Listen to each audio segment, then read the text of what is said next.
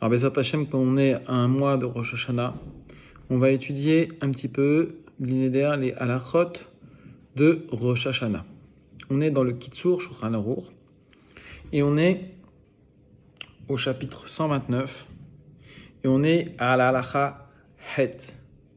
Le'achar gmar tefilat ma'ariv beleil rishon. Donc après avoir fini la prière du soir, du premier soir de Rosh Hashanah. Noagin lomar kol echad lachavero. Donc on a l'habitude de se dire chacun à son ami. Donc chacun a l'habitude de dire à son ami. Leshana tova tikatev vetechatem. Donc on dit en hébreu Leshana tova tikatev vetechatem. Ça veut dire quoi? Ça veut dire puisses-tu être inscrit et scellé pour une bonne année. Benik va omrim. Et aux femmes, on dit Tikatevi vetechatmi. Donc on dit Leshana tova tikatvi vetechatmi. Donc puisses-tu être scellée et inscrite et scellée pour une bonne année. Donc à différencier au niveau grammatical pour un homme ou pour une femme. Pour un homme, c'est tikatev vetechatem et pour une femme, c'est tikatvi vetechatmi. Aval, bayom en omrim. Mais le lendemain, on ne dit pas ça. Pourquoi on ne dit pas ça? Les filles, shekvar nigmara aktiv kodem hatzot hayom. Parce que le jugement a fini avant la moitié du jour. C'est très important de savoir que le jugement à Rosh Hashanah a lieu principalement pendant les 3 premières heures de la journée.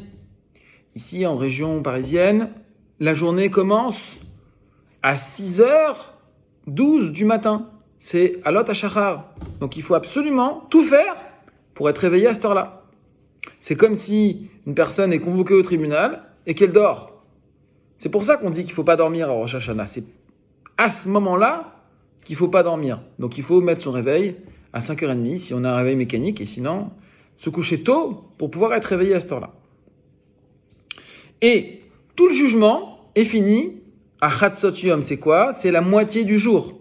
Donc c'est pour ça qu'à partir de la moitié du jour, c'est-à-dire à partir du midi à l'Arik, on ne dira plus cette phrase, Leshana tova, tikatev vetechatem.